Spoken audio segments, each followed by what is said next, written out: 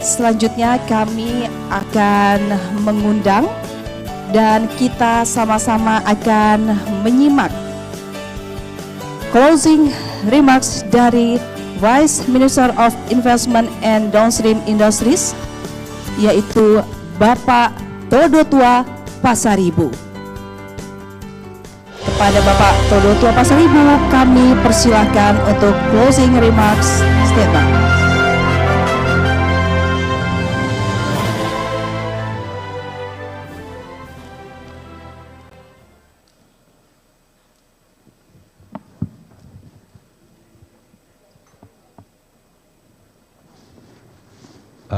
Terima kasih untuk kesempatannya. Pertama-tama saya mau mengucapkan apresiasi untuk Nusantara TV yang sudah mengundang kami dalam kesempatan ini. Saya juga mewakili dari Kementerian Investasi dan Hilirisasi, BKPM.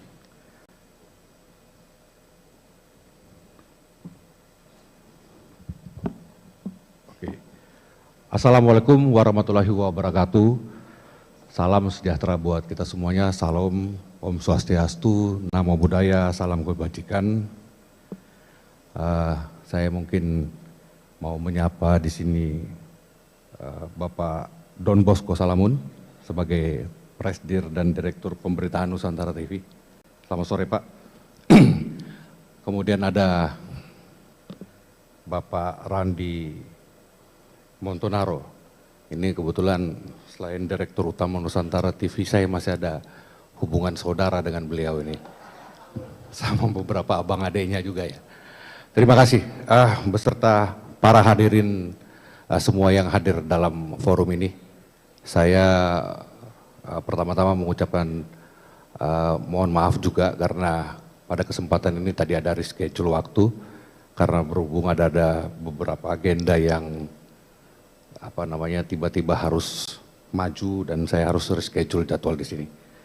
Bapak-bapak dan ibu-ibu, pertama-tama mari kita panjatkan puji dan syukur kepada Tuhan Yang Maha Kuasa atas segala rahmat-Nya kita dapat berkumpul pada acara Nusantara Business Forum pada kali ini dengan tema Beyond Extraction, Advancing Indonesia Economic Development yang diharapkan dapat memberikan gambaran terkait ide-ide untuk mengakselerasi pertumbuhan industri nasional di masa depan dan juga dalam konteks pembangunan yang berkelanjutan. Hadirin yang saya hormati, sebagaimana kita ketahui pemerintahan saat ini adalah pemerintahan Kabinet Merah Putih, di mana Bapak Presiden sendiri sudah mentargetkan suatu angka pertumbuhan ekonomi yang akan dicapai untuk 5 tahun ke depan. Ini memang angka yang boleh dikatakan cukup ambisius. Pemerintahan ini memasang target pertumbuhan ekonomi di angka 8%, di mana untuk mencapai target pertumbuhan 8% ini tentunya salah satunya harapannya itu adalah dari developing daripada investasi yang berkembang di Indonesia, di mana untuk pencapaian angka 8% ini tentunya diharapkan ada suatu realisasi investasi dalam 5 tahun ke depan dengan angka sebesar 13.528 triliun. Di sini juga salah satu yang indikator yang akan diharapkan adalah penyerapan tenaga kerja sebesar 3,47 juta. Ini yang merupakan fokus utama daripada Kementerian Investasi dan Hilirisasi, karena yang mau saya sampaikan di sini Bapak-bapak bahwa salah satu indikator utama daripada pertumbuhan ekonomi itu datangnya daripada realisasi investasi. Selain itu juga adalah program digitalisasi dan juga tidak kalah pentingnya yang sudah disinggung dalam diskusi yang sebelumnya keterkaitan mengenai green economy. Tentunya dalam mewujudkan cita-cita besar ini, target kita untuk mencapai Indonesia Emas di tahun 2024, Presiden Prabowo berkomitmen untuk mengarahkan transformasi nasional di atas fondasi yang sudah ada. Presiden Prabowo telah menetapkan 8 misi sebagai upaya mendukung Indonesia Emas di tahun 2045, yang mana pada misi tersebut terdapat 4 misi utama. Kita berbicara terhadap green economy dan blue economy, kemudian kita berbicara terhadap pembangunan infrastruktur, pengembangan sumber daya manusia, dan juga tak kalah pentingnya adalah mengenai hilirisasi. Konteks hilirisasi ini adalah memang konteks yang pada pemerintahan ini benar-benar direalisasikan dalam bentuk suatu nomenklatur dalam kementerian, dan dalam kaitannya ini konteks nomenklatur ini ditempatkan dalam kementerian kami, sehingga sekarang ini saat ini kementerian kami itu disebutkan dengan Kementerian Investasi dan Hilirisasi serta Badan Koordinasi Penanaman Modal. Konteks hilirisasi ini secara sederhananya adalah pemanfaatan daripada segala sumber daya alam atau segala sumber daya mineral ataupun segala kekayaan resources yang ada di wilayah kita, tidak juga berasal daripada mineral dan oil and gas, tetapi juga ada beberapa komoditi yang terkait di situ, yang terkait di dalam hal kekayaan misalnya dari laut kita, perikanan kita, kemudian juga berbicara dalam konteks perkebunan, pertanian, dan lain-lain.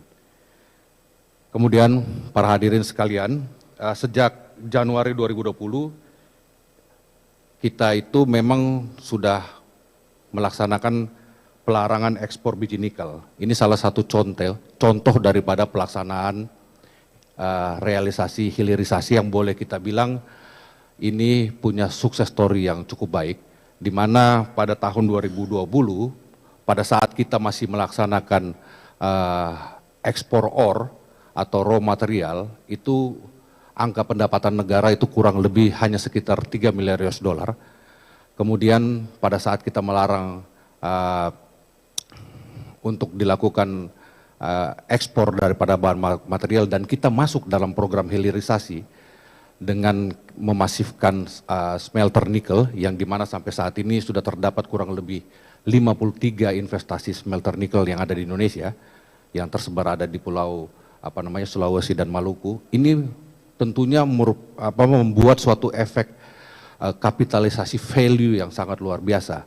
Saat ini di tahun 2023 PNBP yang dihasil dan juga komoditas perikanan, kelautan, perkebunan, dan lain-lain, ini sektor inilah yang memang akan kita fokusin untuk masuk kepada konteks pengembangan hilirisasi ke depannya, di mana harapannya dari 28 komoditas ini selama 5 tahun ke depan itu kita mengharapkan adanya potensi pendapatan negara sampai dengan 618 miliar US dollar, dan ini juga ada target penyerapan tenaga kerja tentunya yang menjadi efek yang secara langsung yang akan terjadi.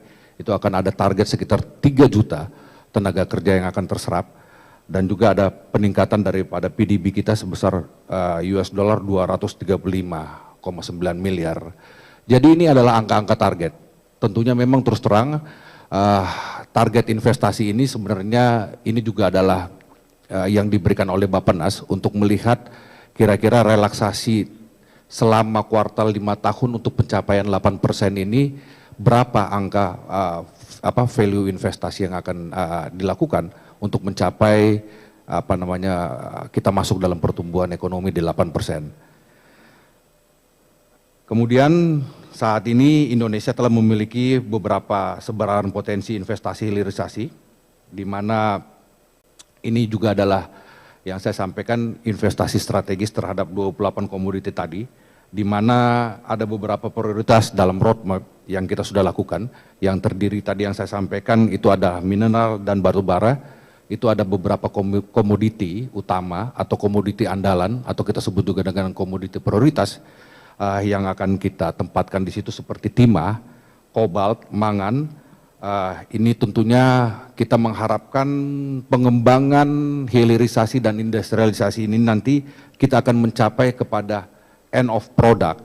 Kalau umpama pemanfaatan seperti nikel, kobalt, dan mangan ini adalah end of product, tidak hanya pada industri baterai saja, tetapi ujungnya kita mengharapkan kita bisa mencapai kepada industri kendaraan listrik. Demikian juga terhadap komoditi silika, dan kuarsa itu masuk dalam industri kaca, panel surya. Kemudian ada satu hal lagi yang menarik yang sekarang kita sedang mitigasi khusus mengenai batu bara. Bapak-bapak dan ibu-ibu, yang mau saya sampaikan bahwa yang menjadi kurang strategis saat ini adalah dari total cadangan batu bara yang ada tersebut, kita sekarang masuk kepada kadar loreng. Itu kita berbicara kepada kualitas GAR 2007 ke GAR 3400, dan di mana memang ini apabila hanya kita explore dan kemudian kita jual hanya sebagai batu baranya saja, tentunya ini nilainya sangat tidak kompetitif, di mana market price-nya kami dari Kementerian Investasi dan Hilirisasi ini, karena berbicara hilirisasi ini kami mempunyai role of pet untuk segala jenis sumber daya alam yang ada di Indonesia. Asas pemanfaatannya ini akan kita arahkan kemana. Nah, saya ambil contoh kembali lagi yang berbicara batu bara. Jadi ke depannya ini sasaran targetnya kita akan masuk untuk pengembangan hilirisasi batu bara. Hilirisasi batu bara ini yang juga sudah beberapa terdevelop di beberapa negara seperti China, Korea, ini masuk kepada, misalnya kita ambil contoh coal to methanol or coal to ammonia. Ini adalah artinya dari produk coal kita masuk kepada produk petrochemical, di mana dua produk petrochemical yang baru saya sebutkan tadi, amonia itu adalah menjadi sumber bahan baku khusus untuk pupuk, yang kemudian yang kedua adalah kita berbicara metanol, ini adalah sumber bahan baku untuk blending terhadap kita masuk terhadap biofuel. Inilah yang menjadi konteks berpikir pemerintah ke depan. Kembali lagi, kita mau berbicara investasi, dengan konteks investasi hilirisasi, maka kita mau berbicara dalam konteks value daripada investasi itu sendiri. Hilirisasi bukan hanya merupakan agenda ekonomi, tetapi juga adalah langkah strategis untuk menjadikan Indonesia menjadi pusat investasi global yang unggul, berkelanjutan, dan inklusif. Kenapa? Karena secara geopolitikal, posisi strategik kita itu sangat strategik.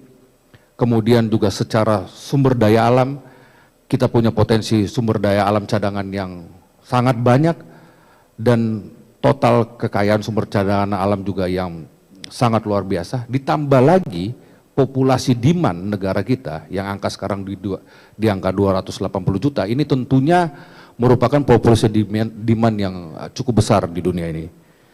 Jadi kita mengharapkan bahwa masuknya program hilirisasi ini benar-benar mempunyai endorsement yang sangat signifikan terhadap pertumbuhan ekonomi kita ke depannya.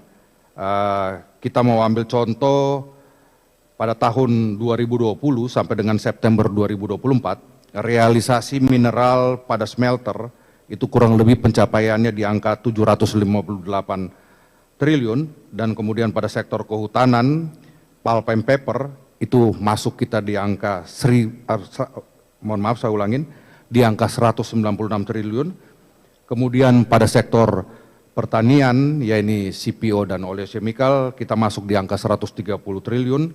Sektor minyak dan gas kita dan petrochemical itu sendiri di angka 139 triliun. Dan juga ekosistem kendaraan listrik yang sudah ada masuk serta baterai kendaraan itu sudah di angka 19,1 triliun. Tetapi angka-angka ini memang mau saya sampaikan Pak adalah angka-angka yang masih sangat rendah. Kita masih punya potensi besar ke depannya untuk kita dorong, dan ini memang kita secara serius mau mengembangkan roadmap hilirisasi, roadmap terhadap energi kita dan kekuatan sumber daya alam kita. Hadirin yang saya hormati, untuk mendukung upaya pencapaian target investasi tersebut, kami sendiri dari Kementerian Investasi dan Hilirisasi mempunyai beberapa program strategis yang akan kami laksanakan, itu masuk ke dalam tahun 2025, karena pemerintahan ini mulai di akhir atau kuartal keempat di tahun 2024, maka kita secara efektif akan melaksanakan program tersebut secara komprehensif. Kita mulai di tahun 2025, ada beberapa program strategis yang akan kita jalankan, antara lain satu, ini adalah investment project ready to offer. Yang mau saya sampaikan Bapak-Bapak, ini sebenarnya terjemahan juga daripada program Blue Book yang dipunyai oleh Bappenas, di mana kita melihat pendekatannya daripada sasaran target investasi, dan saat ini berbicara terhadap investment project ready to offer ini, kita sudah memiliki sekitar 82 project yang itu kita sudah siapkan sampai kepada tahapan pra-FS untuk kita offer kepada potensial investor. Kemudian yang kedua, program strategis itu adalah pemeliharaan sistem perizinan berusaha online atau kita sebut dengan OSS. Ini yang saya mau juga sedikit jelaskan Bapak-Bapak, bahwa dalam kementerian kami itu ada satu fungsi yang namanya Badan Koordinasi Penanaman Modal, di mana pelaksanaannya ini kita mengelola suatu online sistem perizinan satu pintu, atau yang mungkin kita biasa kenal dengan PTSP, pelayanan terpadu satu pintu untuk pelayanan online. Jadi dalam sistem kami ini terkait dengan 18 kementerian dan lembaga, di mana itu yang mau saya sampaikan sama Bapak-Bapak, itu ada sekitar 1.800 jenis perizinan usaha yang kita kelola. Dan juga satu hal yang menarik adalah ini berbicara juga dengan pelaku usaha. Kita itu di Indonesia sekarang ini mempunyai kurang lebih sekitar 11 juta pelaku usaha, di mana daripada 11 juta itu, kalau dalam diskusi sebelumnya saya mendengar mengenai UMKM, kita punya kekuatan UMKM itu pelakunya ada sekitar 9 juta Bapak-Bapak. Nah itu, jadi ini kita ke depannya juga akan benar-benar untuk mendevelop terhadap online single submission ini sebagai pelayanan perizinan satu pintu, karena berbicara terhadap konteks iklim investasi yang kondusif, salah satu parameter utamanya adalah berbicara terhadap bagaimana pelaksanaan pelayanan perizinan yang tepat dan baik, birokrasi yang sederhana dan tepat. Inilah adalah salah satu konteks kita berbicara terhadap iklim investasi yang kondusif. Maka terhadap program ini kementerian kami sangat serius untuk melakukan perbaikan yang lebih baik ke depannya. Di luar daripada itu, untuk juga memberikan stimulan yang baik terhadap investasi itu tersebut, kita juga dalam kementerian kami itu juga memberikan beberapa fasilitas terkait dengan insentif, terkait dengan berbicara master lease, berbicara tax holiday, dan juga berbicara mengenai tax allowance. Tentunya ini rating gradingnya kita lihat daripada berapa jumlah nilai investasi yang masuk. Selain itu, program strategis berbicara terhadap promosi penanaman modal dalam forum internasional, ini adalah juga concern kita untuk selalu kita menggaungkan bahwa seberapa besar potensi yang ada di negara kita untuk menjadi harapan yang kita inginkan menjadi hal yang baik dan tertarik bagi dunia investasi internasional. Kemudian pelaksanaan fasilitas penyelesaian masalah penanaman modal dan pengawasan terhadap investasi yang berbasis risiko. Ini harapannya untuk kita menggenjot, mendorong peningkatan realisasi investasi. Selain itu juga tentunya dalam forum-forum kerjasama, kita juga masuk dalam perundingan kerjasama, penanaman modal bilateral, regional dan multilateral. Ini juga adalah salah satu strategi kita misalnya masuk dalam SEPA, kemudian kita juga ada beberapa forum perundingan internasional yang kita terlibat di situ. Sasarannya kita mengharapkan agar memang pelaksanaan dalam investasi ini kita dan juga pemanfaatan komoditas ini kita mempunyai posisi yang equal di dunia internasional. Dan kemudian program strategis yang kita laksanakan juga adalah berbicara terhadap kajian hilirisasi investasi strategis, dan rencana aksi nasional hilirisasi.